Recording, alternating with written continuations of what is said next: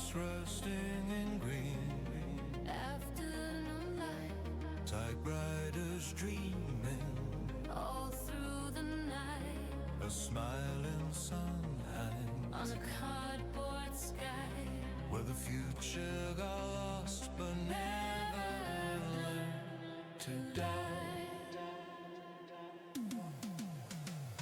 Unseen visions burning bright.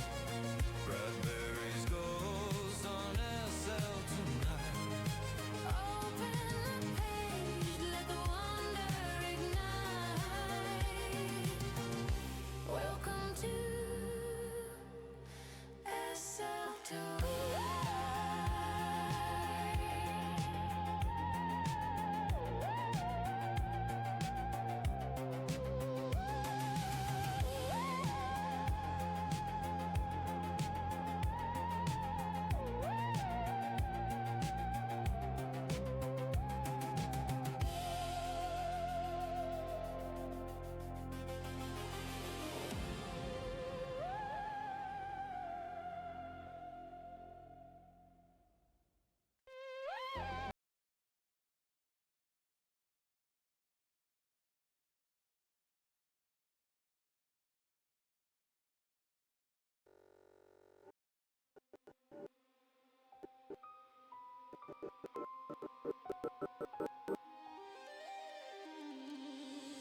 You're listening to SL Tonight, the hour when the sidewalks empty and the rude ones start to sweat.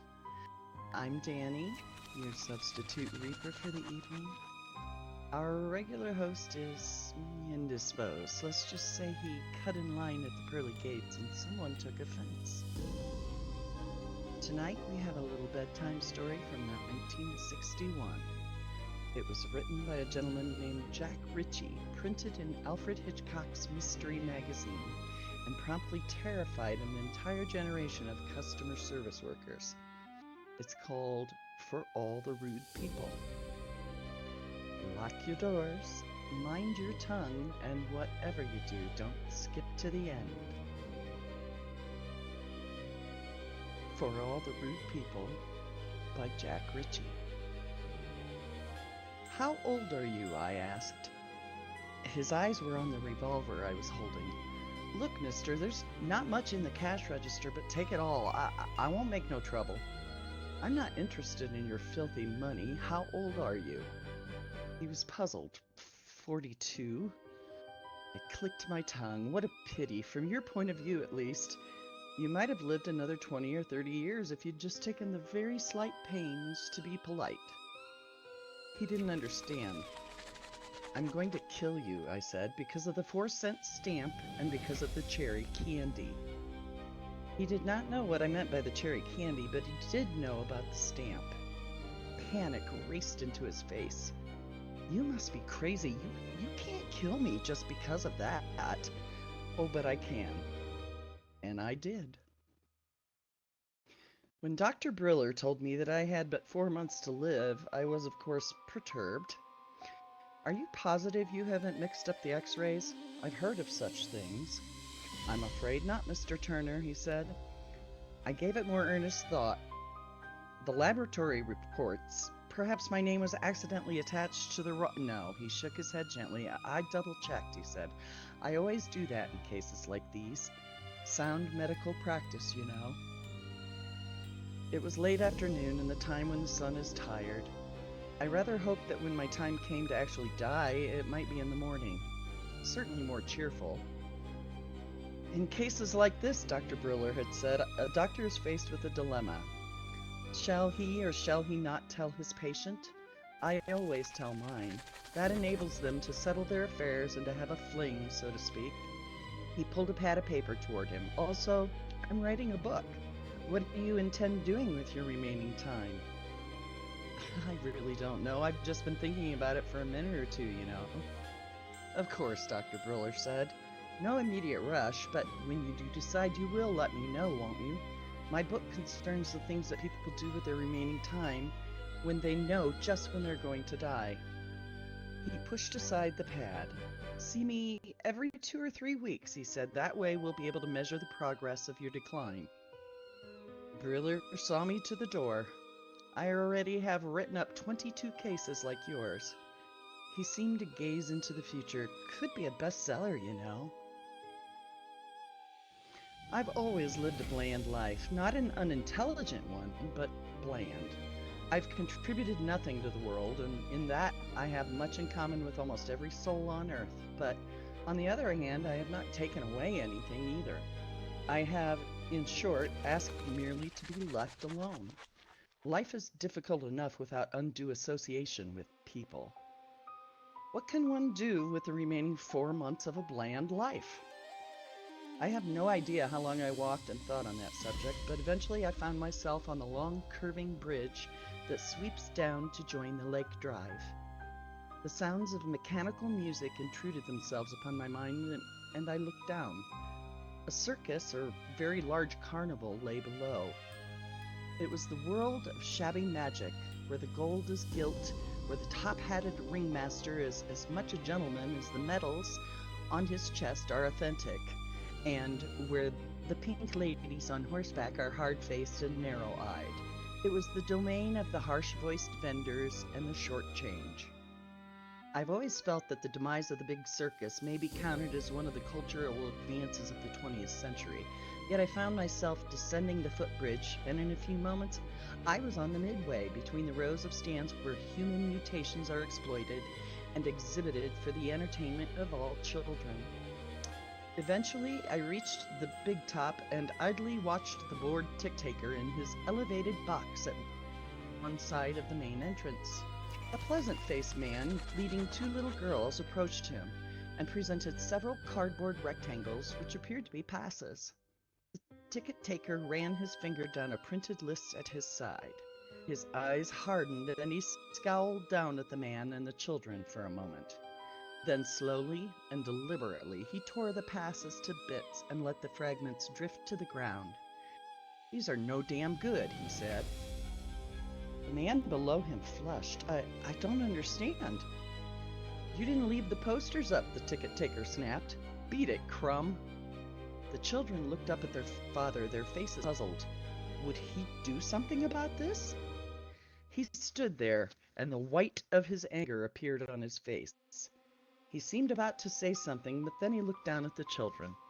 He closed his eyes for a moment as though to control his anger, and then he said, "Come on, kids, let's go home." He led them away down the midway, and the children looked back bewildered, but saying nothing. I approached the ticket-taker. "Why did you do that?" He glanced down at me. "What's it to you?" "Perhaps a great deal." He studied me irritably. "Because he didn't leave up the posters." "I heard that before, but now explain it." He exhaled as though it cost him money to answer me. "Our advance man goes through a town 2 weeks before we get here.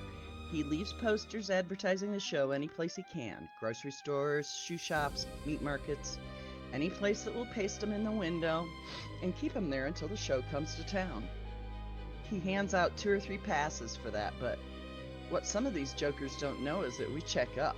If the posters aren't still up when we hit town, the passes are no good." "I see," I said dryly. "And so you tear up the passes in their faces and in front of their children." Evidently, that man removed the posters from the window of his little shop too soon. Or perhaps he had those passes given to him by a man who removed the posters from his window. "What's the difference? The passes are no good," he said. "Perhaps there is no difference in that respect, but do you realize what you have done?" His eyes were narrow, trying to estimate me and any power I might have. "You have committed one of the most cruel of human acts," I said stiffly. "You have humiliated a man before his children. You have inflicted a scar that will remain with him and them as long as they live. He will take those children home, and it will be a long, long way. And what can he say to them?" "Are you a cop?" he asked suspiciously. "I am not a cop. Children of that age regard their father as the finest man in the world, the kindest, the bravest, And now they will remember that a man had been bad to their father, and he had been unable to do anything about it. So I tore up his passes. Why didn't he buy tickets? Are you a city inspector? I am not a city inspector. Did you expect him to buy tickets after that humiliation? You left the man with no recourse whatsoever. He could not buy tickets, and he could not create a well-justified scene because the children were with him. He could do nothing. Nothing at all but retreat with two children who wanted to see your miserable circus, and now they cannot. I looked down at the foot of his stand. There were the fragments of many more dreams, the debris of other men who had committed the capital crime of not leaving their posters up long enough. You could at least have said, "I'm sorry, sir, but your passes are not valid." And then you could have explained politely and quietly why. I'm not paid to be polite. He showed yellow teeth. And mister, I like tearing up passes. It gives me a kick. And there it was. He was a little man who had been given a little power, and he used it like a Caesar. He half rose. "Now get the hell out of here, mister, before I come down there and chase you all over the lot." Yeah, he was a man of cruelty, a two-dimensional animal born without feeling and sensitivity and fated to do harm as long as he existed. He was a creature who should be eliminated from the face of the earth. If only I had the power to... I stared up at the twisted face for a moment more and then turned on my heel and left. At the top of the bridge, I got a bus and rode to the sports shop at 37th. I purchased a .32 caliber revolver and a box of cartridges. Why do we not murder? Is it because we do not feel the moral justification for such a final act? Or is it more because we fear the consequences if we are caught? The cost to us, to our families, and to our children? And so we suffer wrongs with meekness. We endure them because to eliminate them might cause us even more pain than we already have. But I had no family, no close friends, and 4 months to live. The sun had set and the carnival lights were bright when I got off the bus at the bridge. I looked down at the midway and he was still in his box. How should I do it, I wondered. Just march up to him and shoot him as he sat on his little throne? The problem was solved for me. I saw him replaced by another man, apparently his relief. He lit a cigarette and strolled off the midway toward the dark lakefront. I caught up with him around a bend concealed by bushes. It was a lonely place, but close enough to the carnival so that its sounds could still reach me. He heard my footsteps and turned. A tight smile came to his lips and he rubbed the knuckles of one hand. "You're asking for it, mister." His eyes widened when he saw my revolver, however. "How old are you?" I asked. "Look, mister," he said swiftly, "I only got a couple of tens in my pocket." "How old are you?" I repeated. His eyes flicked nervously. 32? I shook my head sadly. You could have lived into your 70s. Perhaps 40 more years of life, if only you'd taken the simple trouble to act like a human being. His face whitened. "Are you off your rocker or something?" "A possibility." I pulled the trigger. The sound of the shot was not as loud as I had expected, or perhaps was lost against the background of the carnival noises. He staggered and dropped to the edge of the path, and he was quite dead. I sat down on a nearby park bench and waited. 5 minutes, 10, and no one heard the shot. I became suddenly conscious of hunger. I hadn't eaten since noon. The thought of being taken to the police station being questioned for any length of time seemed unbearable. I had a headache, too. I tore a page from my pocket notebook and began writing. A careless word made me forgiven, but a lifetime of cruel rudeness cannot. This man deserves to die. I was about to sign my name, but then I decided that my initials would be sufficient for the time being. I did not want to be upset before I had a good meal and some aspirins. I folded the page and put it into the dead ticket taker's breast pocket.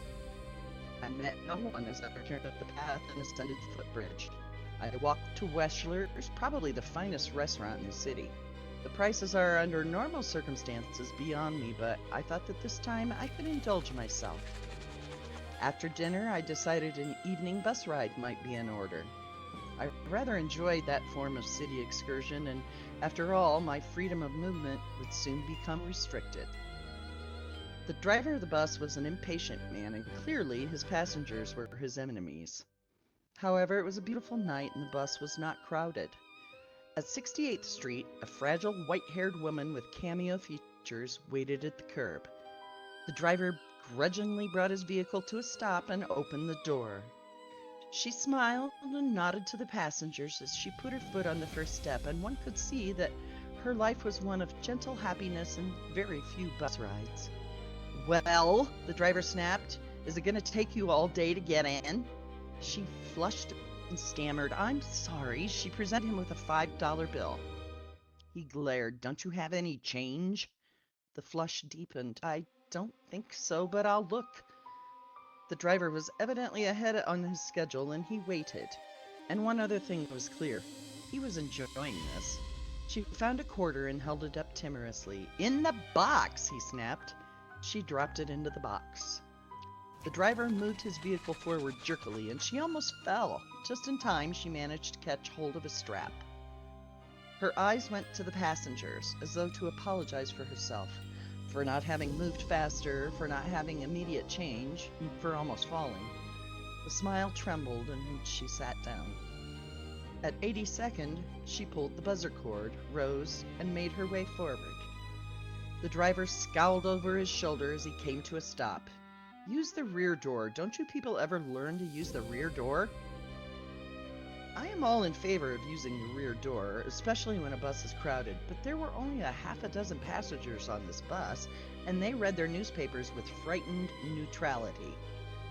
She turned, her face pale, and left by the rear door.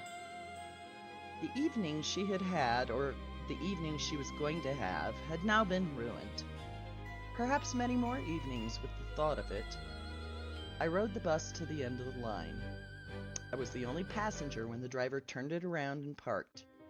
It was a deserted, dimly lit corner, and there were no waiting passengers at the small shelter at the curb. The driver glanced at his watch, lit a cigarette, and then noticed me.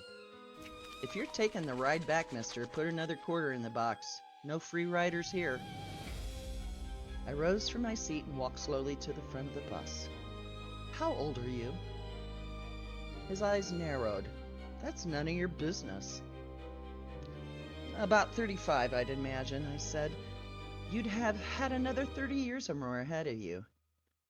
I produced the revolver. He dropped the cigarette. "Take the money," he said. "I'm not interested in money. I'm thinking about a gentle lady and perhaps the hundreds of other gentle ladies and the kind, harmless men and the smiling children. You are a criminal. There is no justification for what you do to them. There is no justification for your existence." And I killed him. I sat down and waited. After 10 minutes, I was still alone with the corpse. I realized that I was sleepy, incredibly sleepy. It might be better if I turned myself into the police after a good night's sleep, I thought. I wrote my justification for the driver's demise on a sheet of notepaper, added my initials, and put the page in his pocket. I walked 4 blocks before I found a taxi and took it to my apartment building. I slept soundly and perhaps I dreamed, but if I did, my dreams were pleasant and innocuous, and it was almost 9 before I woke. After a shower and a leisurely breakfast, I selected my best suit. I remembered I had not yet paid that month's telephone bill. I made out a check and addressed an envelope. I discovered that I was out of stamps, but no matter, I would get one on the way to the police station. I was almost there when I remembered the stamp. I stopped in at a corner drugstore. It was a place I had never entered before. The proprietor, in a semi-medical jacket, sat behind the soda fountain reading a newspaper, and a salesman was making notations in a large order book. The proprietor did not look up when I entered, and he spoke to the salesman. "They've got his fingerprints on the notes, they've got his handwriting, and they've got his initials. What's wrong with the police?" The salesman shrugged. "What good are fingerprints if the murderer doesn't have his in the police files? The same goes for the handwriting if you got nothing to compare it with. And how many thousand people in the city got the initials LT? He closed his book. I'll be back next week, he said. When he was gone, the druggist continued reading the newspaper. I cleared my throat. He finished reading a long paragraph and then looked up. Well, I'd like a 4-cent stamp, please. It appeared almost as though I had struck him. He stared at me for 15 full seconds, and then he left his stool and slowly made his way to the rear of the store toward a small barred window. I was about to follow him, but a display of pipes at my elbow caught my attention. After a while, I felt eyes upon me and looked up. The druggist stood at the far end of the store, one hand on his hip and the other disdainfully holding the single stamp. "Do you expect me to bring it to you?" he said. And now I remembered a small boy of 6 who had 5 pennies. Not just one this time, but 5, and this was in the days of penny candies. He had been entranced at the display in the showcase, the 50 varieties of sweet things, and his mind had revolved in a pleasant indecision. The red whips, the licorice, the grab bags, but not the candy cherries. He didn't like those. And then he had become conscious of the druggist, standing beside the display case, tapping one foot. The druggist's eyes had smoldered with irritation. No, more than that, with anger. "Are you going to take all day for your lousy nickel?" He had been a sensitive boy, and he had felt as though he'd received a blow. His precious 5 pennies were now nothing. This man despised them, and this man despised him. He pointed numbly and blindly, 5 cents of that. When he left the store, he had found that he had the candy cherries. But that didn't really matter. Whatever it had been, he couldn't have eaten it. And now I stared at the druggist and the 4-cent stamp and the narrow hatred for anyone who did not contribute directly to his profits. I had no doubt that he would fawn if I purchased one of his pipes. But I thought of the 4-cent stamp and the bag of cherry candy I had thrown away so many years ago. I moved toward the rear of the store and took the revolver out of my pocket. "How old are you?" When he was dead, I did not wait longer than necessary to write the note. I had killed for myself this time, and I felt the need of a drink. I went several doors down the street and entered a small bar. I ordered a brandy and water. After 10 minutes, I heard the siren of a squad car. The bartender went to the window. "It's just down the street." He took off his jacket. "Gotta see what this is all about. If anybody comes in, tell them I'll be right back." He put the bottle of brandy on the bar and said, "Help yourself, but tell me how many." I sipped the brandy slowly and watched the additional squad cars and finally the ambulance appear.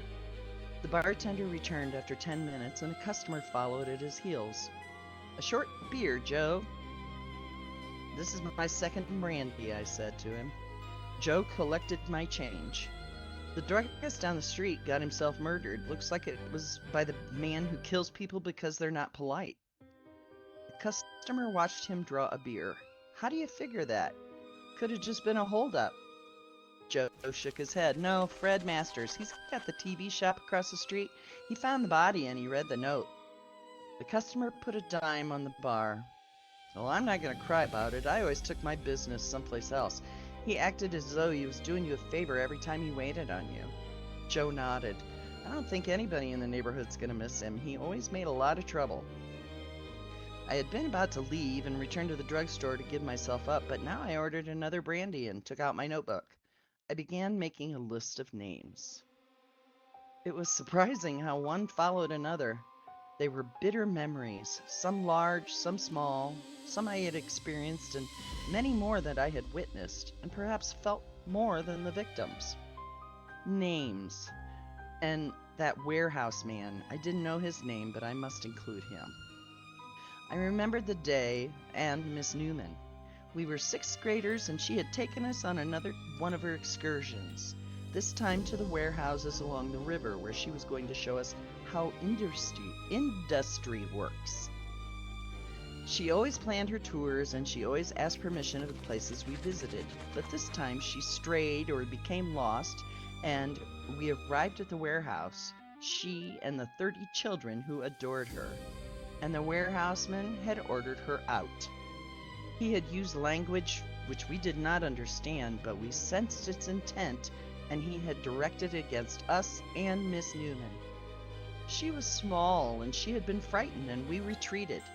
And Miss Newman did not report to school the next day, or any day after that, and we learned that she had asked for a transfer. And I, who loved her too, knew why. She could not face us after that. Was he still alive? He had been in his 20s then, I imagined. When I left the bar, a half an hour later, I realized I had a great deal of work to do.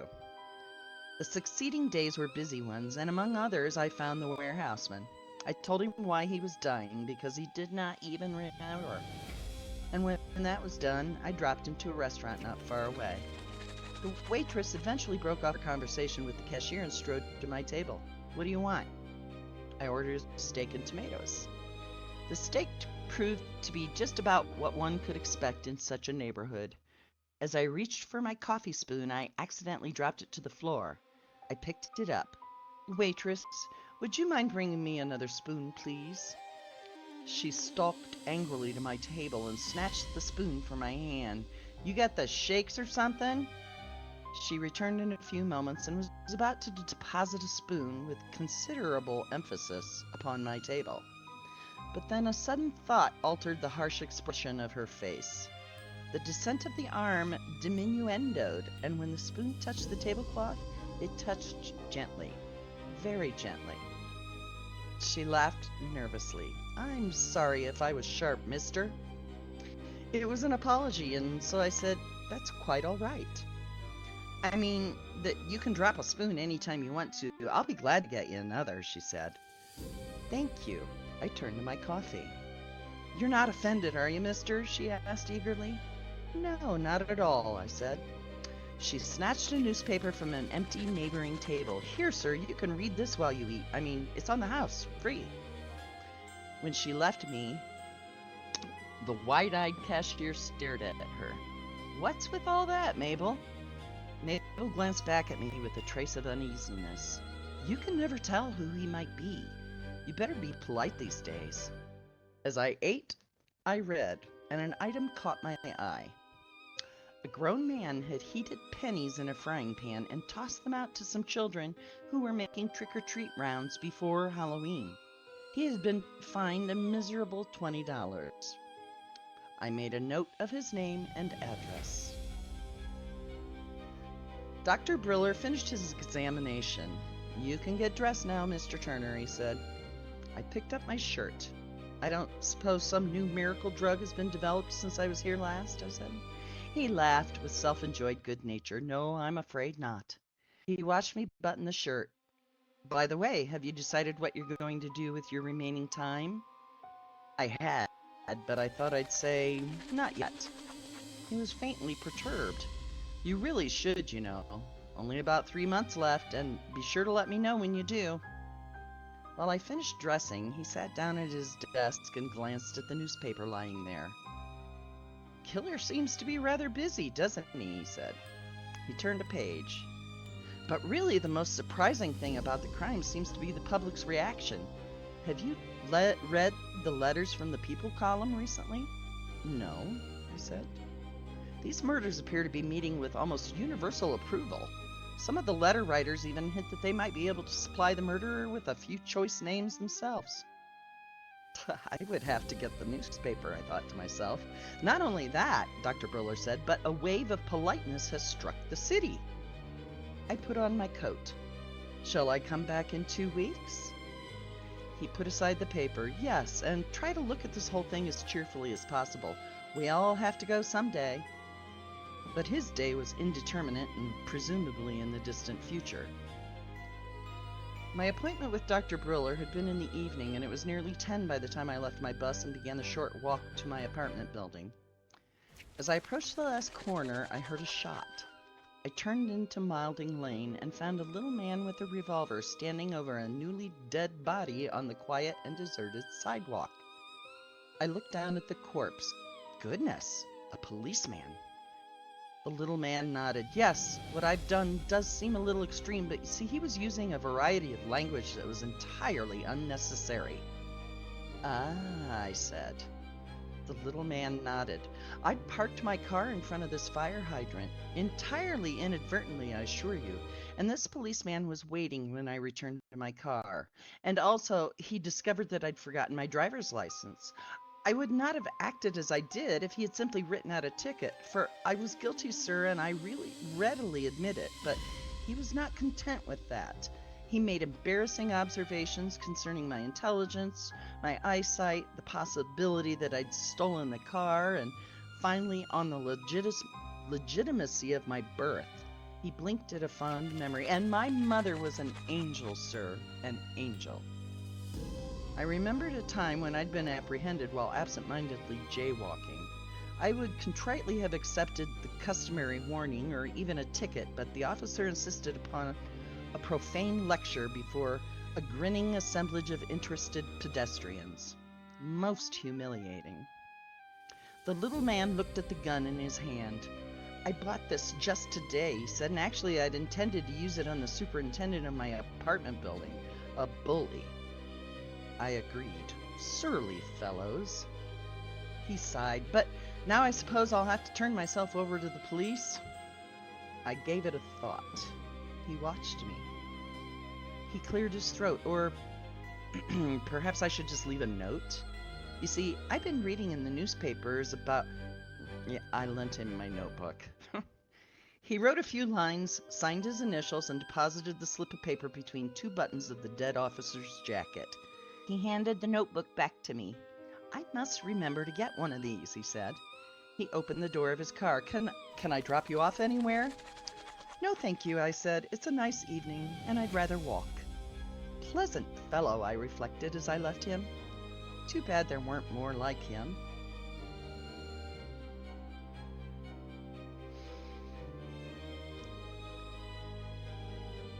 And there you have it, darlings.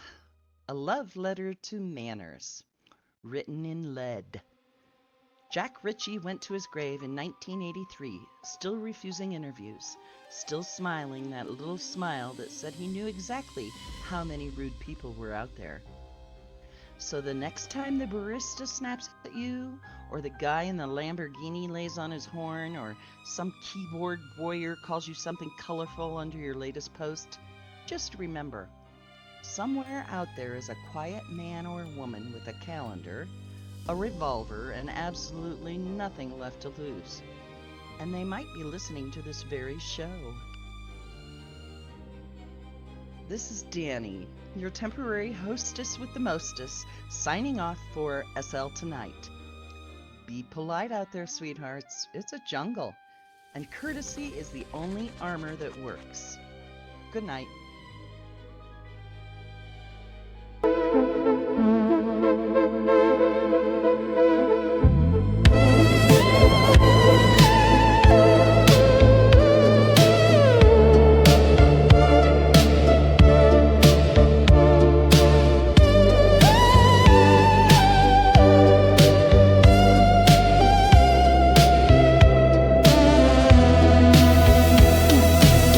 Rockets resting In green afternoon light, typewriters dreaming all through the night.